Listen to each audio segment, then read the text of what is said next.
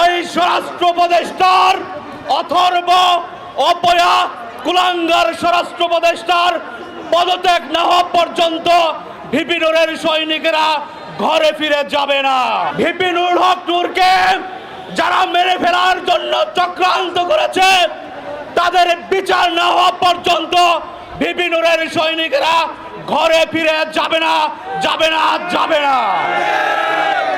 ওই স্বরাষ্ট্র উপদেষ্টার অথর্ব অপয়া কুলাঙ্গার স্বরাষ্ট্র উপদেষ্টার পদত্যাগ না হওয়া পর্যন্ত ভিপি নূরের সৈনিকেরা ঘরে ফিরে যাবে না। প্রেতাত্মা ভর করেছে।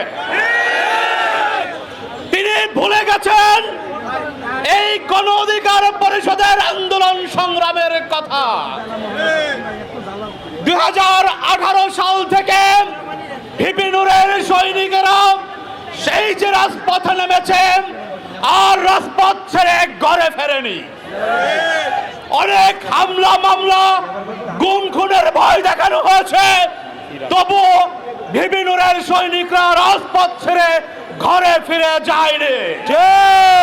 ঘরে সেই দিনই ফিরেছে 2024 সালের 5 আগস্ট স্বৈরাচার হাসিনা সরকারের পতন ঘটিয়ে ভিপি নূরের সৈনিকেরা ঘরে ফিরেছে। আমরা স্পষ্ট করে বলে দিতে চাই, ভিপি নুরুল হক নূরকে যারা মেরে ফেলার জন্য চক্রান্ত করেছে তাদের বিচার না হওয়া পর্যন্ত ভিপি নূরের সৈনিকেরা ঘরে ফিরে যাবে না, যাবে না, যাবে না।